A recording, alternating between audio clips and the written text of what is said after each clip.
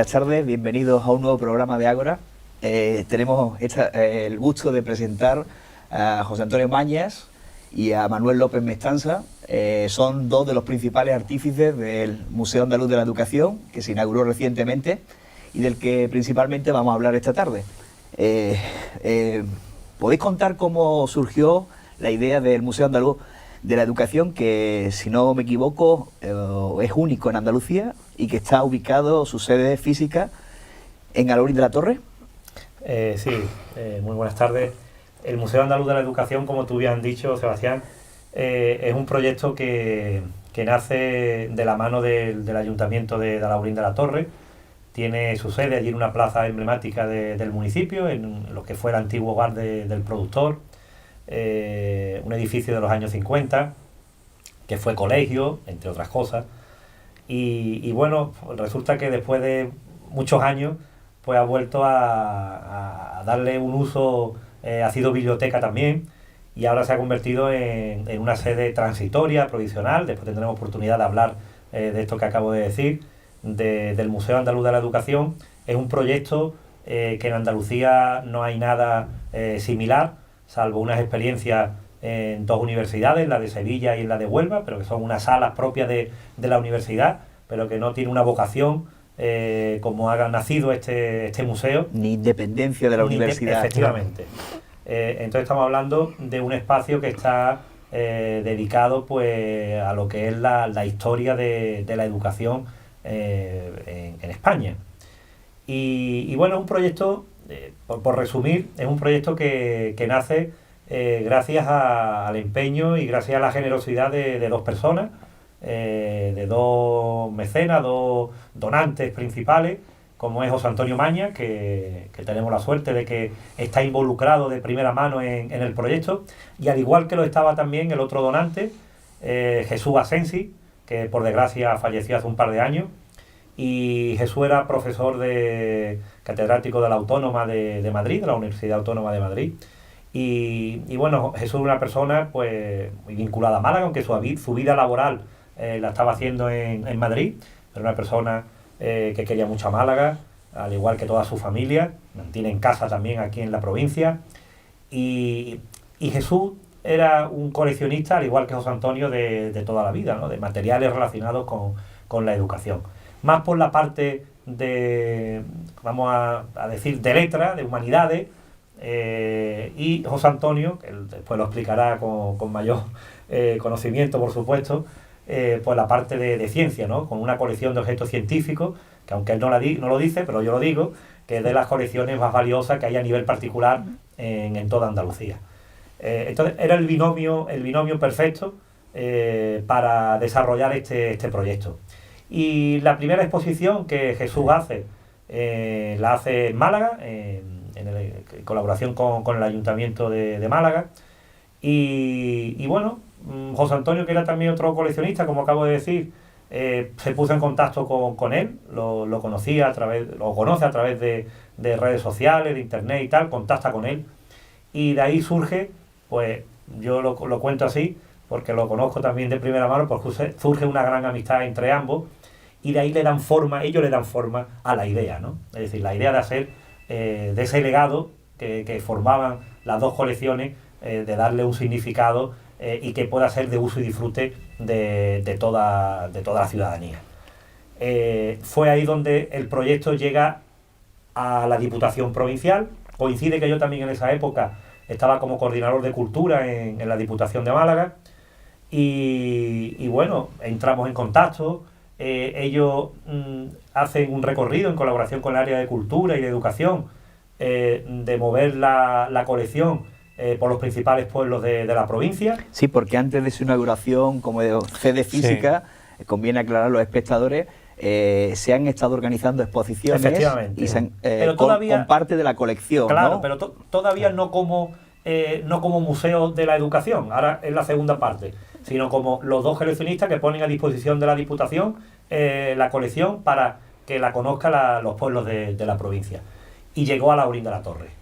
Pues llegó la colección a la sala de exposiciones de la Finca El Portón, y la verdad que tuvo un gran éxito. La verdad, fue una de las exposiciones más visitadas. ¿Qué exposición fue, concretamente? De la escuela al colegio. De la escuela al colegio, un catálogo, sí, un recorrido por las aulas, 1900 a 1970, y ahí pues la gente, claro, porque todo el mundo veía, se identificaba con algo de esa exposición. Todo el mundo ha pasado por el colegio, más tiempo, menos tiempo, ahora por supuesto más tiempo todo, pero antiguamente pues lo que se podía, ¿no? Nuestros padres, nuestros abuelos, pero todo el mundo se identificaba con la exposición. Tuvo mucho éxito, la verdad.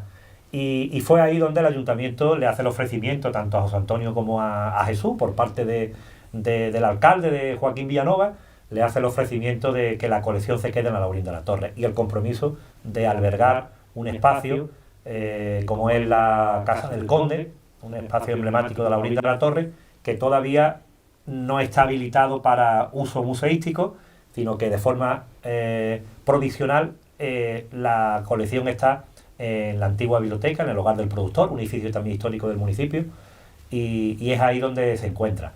A partir de ahí, de ese ofrecimiento, pues se formaliza la cesión por el pleno del ayuntamiento, se acepta la donación, se firma el protocolo, es decir, ya se hacen todos los pasos que había que dar oficiales por parte de las dos familias, de los dos donantes, y se presenta el proyecto de lo que va a ser el Museo de la Educación. Hasta que inauguramos hace prácticamente 2 meses, pues hemos tenido hoy un recorrido de unos años en el que hemos estado funcionando con página web, hemos estado funcionando con exposiciones temporales en distintos centros de la provincia y de fuera de la provincia, para darle esa vocación de museo andaluz, y organizando pues conferencias, exposiciones, nos han llamado de muchos centros educativos, y estableciendo también una red de entidades colaboradoras, de colaboración mutua, de ayudarnos mutuamente con distintas entidades de la provincia de Málaga, en concreto, buscando pues la difusión y la colaboración y un aprendizaje entre todos, ¿no? Mutuo. Especialmente, sí. si no me equivoco, hay 2 entidades que colaboran. Bueno, hay muchas, ¿no? Sí, José Antonio te puede dar detalles de esas colaboraciones. Cabe resaltar la Universidad de Málaga, sí. por un lado. Bueno, antes de eso me gustaría decir que cuando Jesús y yo decidimos apostar por Laurín de la Torre, había otras posibilidades. Estaba Fuengirola, estaba Vélez Málaga, estaba, en fin, que había ofertas de otras muchas localidades que querían. Sí, había abierto ahí, claro. Pero nos gustó mucho el proyecto de Laurín de la Torre porque ya había un edificio que iba a formar parte del museo, y también por la apuesta. Y sobre todo porque, aunque él no lo diga, lo digo yo, la tercera pata del proyecto, la tercera persona del proyecto y la que ha conseguido que esto salga adelante, Manuel. Sí. Claro, es que esto, si no es una sinergia, un grupo de personas que apuesten por esto, igual que tú ahora, que también participas en la página web, con artículos y otra mucha gente, pues no hubiera sido posible. Respecto a lo que tú me dices de las entidades, tenemos ya un montón de... Hay una frase de Newton, tú que eres amante de las ciencias naturales, y no solo de las ciencias naturales, hay una frase que repetía Newton, pero se decía en la Edad Media, y a mí me gusta mucho recordar. Newton la recordaba, dice: todos somos enanos a hombros de gigantes. A hombros de gigantes. Los gigantes podemos pensar que son los grandes científicos de la historia, ¿no? Podemos pensar en Aristóteles, en Galileo, en Descartes, en Newton, en Darwin, en Einstein, pero... No, ellos pudieron ser gigantes porque las tradiciones del pasado, cooperando entre todos, ellos fueron capaces de actualizar el tiempo del pasado en el presente e iluminar ideas que darían al porvenir. Entonces es importante señalar esto porque individualmente somos capaces de muy poca cosa, pero cooperando somos capaces de hacer. Bueno, te hablo de Manuel, pero hay mucha más gente dentro del equipo que está trabajando actualmente en el museo y que ha trabajado anteriormente. En relación a lo que tú decías de entidades, pues básicamente hay 2 entidades que están detrás de nosotros apoyándonos mucho. Uno es la Universidad de Málaga, claro, lógicamente. Tenemos el apoyo de la Facultad de Ciencias de la Educación y del Departamento de Historia de la Educación, con Carmen Sánchez Dián y todo el equipo, que además ella es consejera del museo. También está la Academia Malagueña de Ciencias, que nos apoya en la otra vertiente, con Fernando Orellana, el presidente de la Academia, que también participa activamente en todas las cosas que organizamos, y después un montón de otras entidades que nos apoyan, como puede ser APISMA, la Asociación para la Defensa del Patrimonio, las entidades Montessori, que también participan, la Universidad Autónoma, con la que también tenemos firmado un protocolo de colaboración, la Autónoma de Madrid, no sé, se me escapa alguna. Y la Escuela de Ave María. La Escuela de la Ave María. Sin que hemos firmado ya un montón de protocolos de colaboración, de convenios bilaterales, que lo que hace es que traen el alumnado o traen iniciativas. Respecto a lo que decía Manuel de la historia previa a la inauguración del museo, desde el año 2012 que estábamos desde el 2011 trabajando ya Jesús y yo en este proyecto, pero a partir del 2012, con aquella exposición de la escuela al colegio que recorrió toda Málaga y tuvo muchísimo éxito, hicimos 8 ediciones en 8 localidades, después ya, una vez que firmamos el protocolo con el ayuntamiento, empezamos ya una secuencia sin parar. Parecíamos Manuel y yo, Jesús estaba ya enfermo, con el baúl de la Piqué, es decir, cogíamos los trastes, los metíamos en cajas de plástico y hemos estado en Granada, en el Parque de la Ciencia, hemos estado en Córdoba, hemos estado en Sevilla, hemos estado en un montón de localidades haciendo exposiciones, haciendo conferencias, en fin, todo tipo de actividades. Y claro, ahora desde que está abierto el museo, pues ya es un sin parar de grupos de alumnos y alumnas, chicos y chicas, que vienen a visitarnos, de profesorado, ya dentro de unos días también las AMPA, o sea que no paramos. Ahora vamos a continuar con ello, pero me gustaría que se dedicaran unas palabras a Jesús Asensi, porque evidentemente ustedes habéis gozado de su amistad, Sí. Y es el otro pilar, el otro Sí. artífice como coleccionista y también Sí. como ideólogo del proyecto. He visto, bueno, me alegró ver la inauguración, que estaba toda la familia y se sintió muy agradecida por haber continuado el proyecto, que era un sueño de él, ¿no? Sí, era un sueño. Y hay sí. muchos detalles, imagino, de los proyectos que tenéis dentro del Museo Andaluz de la Educación, pero a mí me emociona especialmente, yo que no he tenido el gusto de conocer a Jesús Asensi, ver a la entrada, en la primera sala casi, ¿no?, del museo, hay una foto de él como de niño, Sí. junto con sus hermanas, me parece. Sí, sí, sí. Y hay que decir a los espectadores que Jesús Asensi, aparte de ser catedrático en la Universidad Autónoma de Madrid, su padre era Sí, un maestro. fue maestro de la República y estuvo a punto de morir después de la Guerra Civil. Fue, digamos, depurado y lo mandaron a Quintanar de la Orden y allí siguió ejerciendo su labor docente. Enrique Asensi. Depurado, seguramente muchos espectadores no sepan lo que significa, porque casi sería un eufemismo de la época. Sí. ¿Qué significa depurado? Pues que era maestro de la República y estuvieron a punto de fusilarlo después después de la Guerra Civil, lógicamente. Entonces, pues no le encontrarían en su expediente, en su comportamiento, o algo, y lo que hicieron fue un traslado forzoso hasta Quintanar de la Orden. Y allí fue un maestro de mérito, y al final de su vida, de su carrera profesional, le concedieron hasta la Orden de Alfonso X el Sabio, que es la máxima distinción que se le puede conceder a un profesor en este país. De hecho, esa orden, esa medalla, está en el museo. Y después su hijo, Jesús, un gran amigo nuestro y especialmente mío, fue una persona con una carrera profesional brillantísima. Él, cuando llegó a la democracia a este país, formó parte del equipo que en el ministerio, el presidente del gobierno, Adolfo Suárez, nombró para la redacción de los nuevos planes educativos. Digamos que aquello de las unidades didácticas que todos recordamos de la EGB, él fue una de las 4 o 5 personas que escribió todos aquellos contenidos. Y de hecho, todavía en el museo tenemos los libros Senda, de la serie Senda, que todos recordarán, que fue uno de los autores de aquellos libros, fue él. Después fue profesor, catedrático, fue primero profesor en un colegio rural, después fue catedrático de organización didáctica en la Universidad Autónoma de Madrid, y después cuando se retiró, pues estuvo escribiendo un montón de artículos y ya empezamos a colaborar juntos. Y entre los dos escribimos la idea de lo que hoy ya, gracias a todos los que es el museo. Qué bien. ¿Podrían describir hoy día, si lo visitan, porque ha referido que ya van visitando los alumnos, AMPAs, colegios, ciudadanos que tienen curiosidad e interés por conocerlo? ¿Qué es lo que pueden encontrar en la sede física provisional del Museo Andaluz de la Educación? Sí. Bueno, el museo sigue un poco el esquema de aquella exposición de la escuela al colegio. Cuando Jesús y yo visitamos muchísimos museos, teníamos museos tanto virtuales como presencialmente, visitamos muchos, entre ellos Mupega en Galicia, en Santiago de Compostela.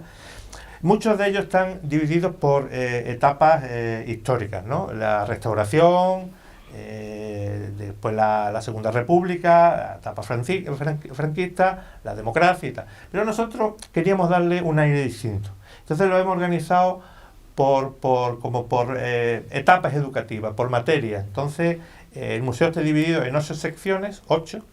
La primera sería el aula y los dos protagonistas, los protagonistas que hay en el aula, que son los maestros, las maestras y el alumnado, los alumnos. En esa primera zona del museo. Después pasamos a una segunda en la que están las primeras nociones, las primeras letras y los primeros números. Es decir, lo que un niño y una niña aprendía al principio, que era leer y escribir. Entonces hay caligrafía, hay, digamos, silabario y después los elementos para aprender a leer y escribir. Y junto con eso, la lectura y la escritura, otro era las 4 reglas: sumar, restar, multiplicar y dividir, y 3 cosas que eran fundamentales durante muchos años, que eran pesar, contar y medir. Porque siempre lo hemos dicho, si un niño y una niña aprendía estas cosas básicas, pues ya más o menos podía buscar un empleo, porque sabes que la educación no era como ahora universal, sino que muchos niños cuando tenían 15 años pues iban al campo a trabajar o a la industria, donde fuera. A continuación, existe una zona que trata sobre la lectura. La lectura porque durante muchos años se viajaba con la imaginación. El mundo se conocía por los libros, por los atlas, por los globos. Entonces hay muchos libros de lectura, libros de aventura y tal. Y en ese apartado incluimos la lectura del Quijote, que se lee desde 1920 de forma obligatoria, o se leía. Después lecturas para chicas, que bueno, durante una época había libros específicos para las chicas, y después enciclopedias, y hay una colección magnífica de enciclopedias, porque se piensa que la enciclopedia es solo algo de la etapa franquista, del franquismo. No, pero las enciclopedias son libros que estuvieron durante la República y mucho antes. Proviene de la enciclopedia de Diderot y de Exactamente. de ilustración. Pues hay una colección, un recorrido por enciclopedia desde la Restauración hasta prácticamente poco antes de la llegada de la democracia. Y los manuscritos. Los manuscritos eran como aprender a escribir cartas, que son muy curiosos esos libros. Son todas como la letra a mano alzada para escribir cartas de felicitación, de amistad, en fin. Después, a continuación, ya los pocos que pasaban esa primera etapa entraban en la educación secundaria y estudiaban o ciencias o letras. Entonces, en ciencia pues, hay elementos, libros, materiales de física, de química, de biología, de botánica, con objetos y libros de distintas épocas. Y en humanidades, libros de geografía y de historia, básicamente. Entonces hay libros, la historia, hemos mirado que hay muy distintas perspectivas de cómo se ve la historia con el paso del tiempo, en función, claro, del momento político que se vivía. A continuación viene otra sección que habla de las materias complementarias. Conviene, si me permite, evidentemente, el pasado se reescribe desde el presente. Correcto. Y también desde la ideología dominante del presente, ¿no? Sí. O de la perspectiva del historiador. Pero como museo, porque muchas veces incluso instituciones tan prestigiosas como la Real Academia Española han recibido críticas debido a un malentendido. Es que como museo yo entiendo que ustedes ponéis lo que ha ocurrido en el pasado, claro. Independientemente de si estáis de acuerdo o no estáis de acuerdo. Es que eso es lo que había. Sí. Entonces conviene conocerlo, claro. Y si no nos parece bien, pues adoptar las medidas adecuadas para cambiarlo. Pero eso es lo que había. Es un recorrido. Y conviene conocer lo que había, sí, sí, lo que sucede. Sí, sí. Pues muchas veces, bueno, es que esta... No, es un recorrido, ahí se muestran todos los materiales y objetos que ha habido en la escuela. Ya les diremos el porqué. Y estábamos en la sección de materias complementarias, que son educación física, música, trabajos manuales, una sección de labores que hacían las chicas, y Y al final hay dos cosas que especialmente a mí me gustan. Es un apartado sobre objetos científicos que cambiaron el mundo. Lo decía antes Manuel, la colección que dispone el museo son más de 800 instrumentos del siglo XIX, instrumentos científicos. Nosotros hemos puesto unos 35. Son objetos que ha cambiado la ciencia, ¿Por qué? Porque desde el Plan Pigalle se montan en todos los institutos históricos un gabinete de física, un laboratorio de química y un laboratorio de ciencias naturales, un gabinete de ciencias naturales. Y estos objetos que están aquí estaban en esos gabinetes durante muchísimos años, hasta que se renovó con la llegada de la democracia, muchos de ellos. Y por último, hay, y ya hago este repaso, un aula que es un reflejo de un aula que nosotros le decíamos, Jesús y yo, multiépoca, porque las aulas, lo que es el mobiliario, los enseres que forman parte del aula, no cambiaban los símbolos, pero el aula no, el aula, los muebles, la pizarra, los pupitres, eso permanecía. Entonces, no hemos puesto ningún símbolo, pero sí están todos los enseres. Esto es un poco lo que hay en el museo, en la planta baja. Cuenta tú, si quieres, la planta superior y así respiro yo. Bueno, la ha descrito perfectamente. Uno de la planta superior, incluso y en la parte que tenemos de archivo, tenemos una colección de libros sobre la historia de la educación de primer nivel. Es decir, hay unos ejemplares que no está todavía catalogado, la biblioteca del museo no está todavía catalogada. Vamos a comenzar en breve, pero tenemos un material muy valioso, libros que vienen desde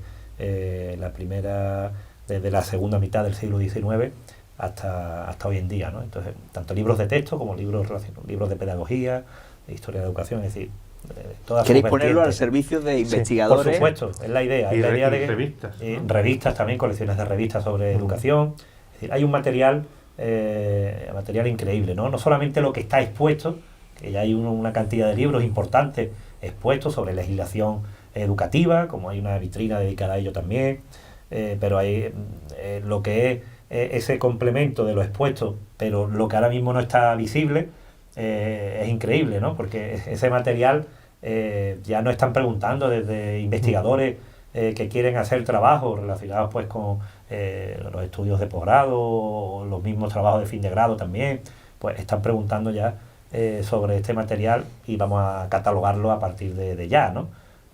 Con las personas responsables que hagan este trabajo.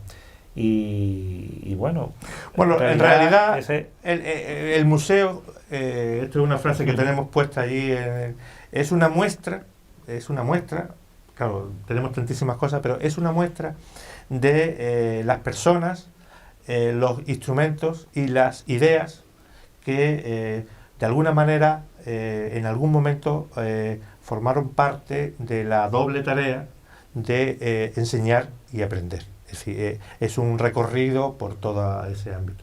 Porque también lo decíamos en otros momentos, los materiales, los libros de texto, todo eso forma parte de la cultura, de la sociedad que se vivió en cada momento. Es un reflejo de cómo de la historia, de cómo se formaron generaciones y generaciones de españoles, y por tanto de cómo todo ese material influyó en la vida de toda la configuración mental y en su forma de actuar. Claro. Y pues no me extraña que muchas personas se sintieran identificadas al ver la primera exposición esta que os dio la idea de poder llevar a cabo, ¿no? Porque son, por lo que he podido ver, ciertamente son materiales que te llevan a evocar a una época o vivida o por lo menos soñada en el caso de generaciones de tus padres. Claro. No, ves cómo hay gente que se emocionan cuando ven algo en el museo, ¿no?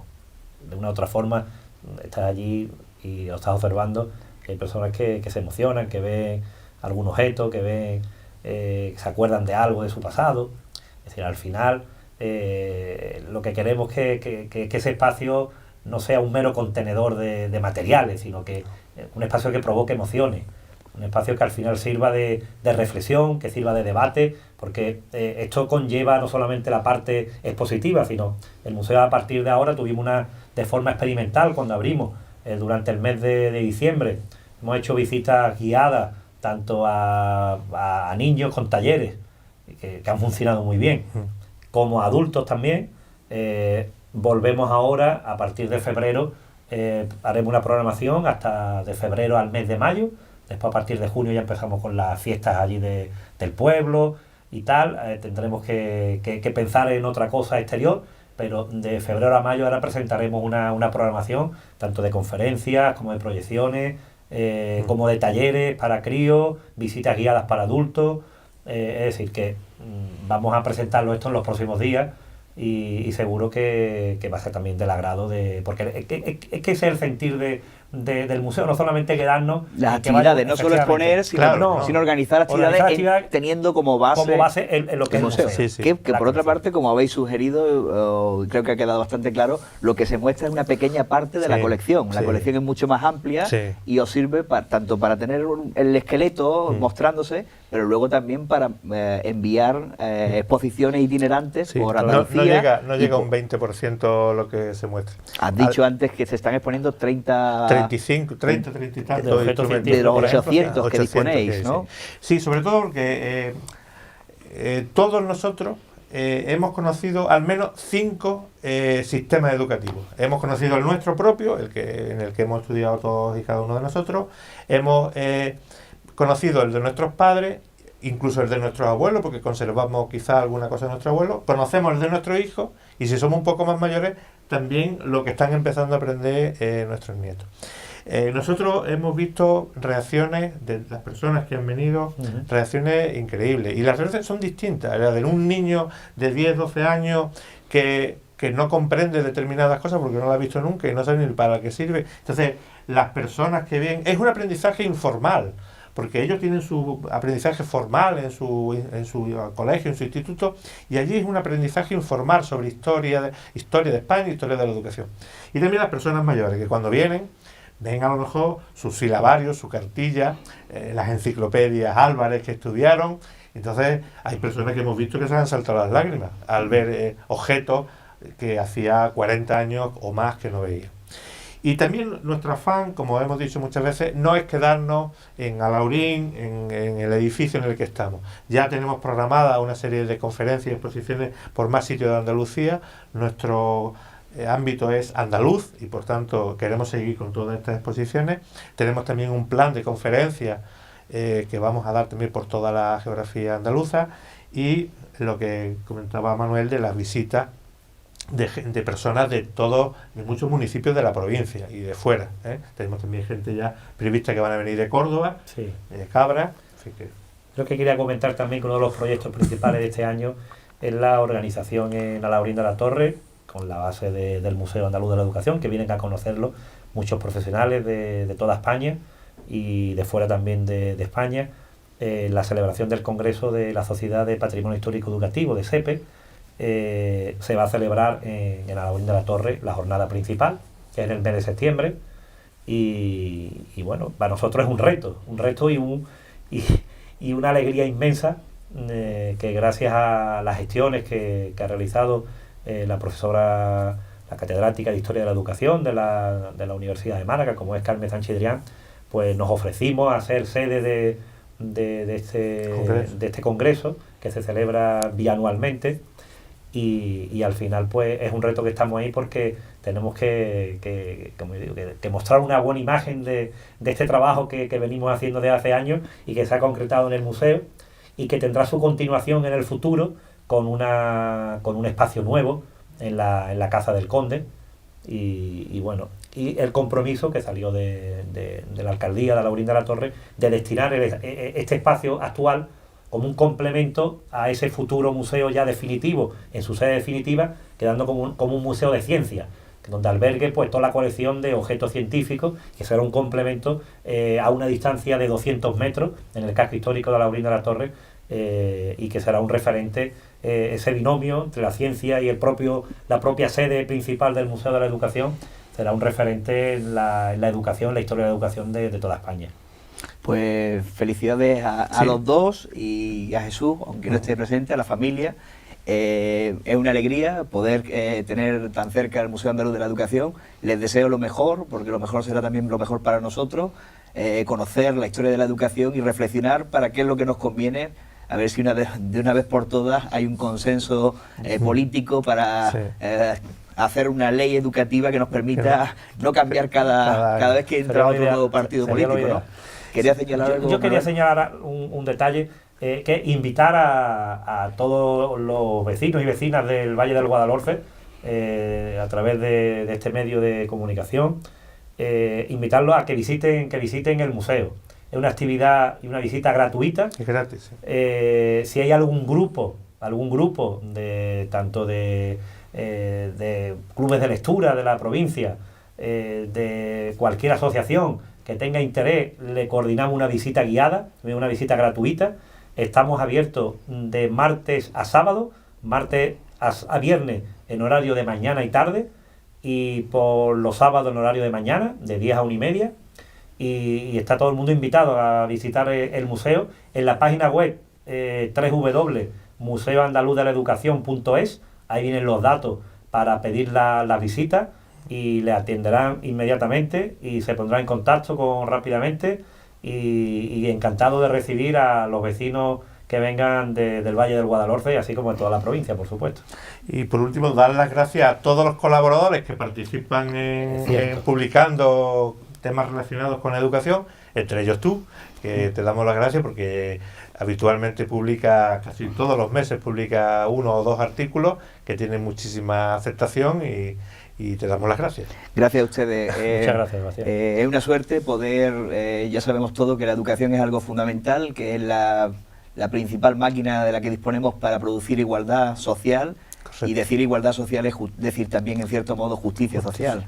Así que felicidades por la iniciativa, y que ya no es un proyecto sino una realidad, y que esperemos que se tenga un largo y feliz futuro. Eso lo hacemos. Muchas gracias. Gracias a ustedes. Volveremos otro día. Muchas gracias por vuestra atención y hasta el próximo programa de Ágora.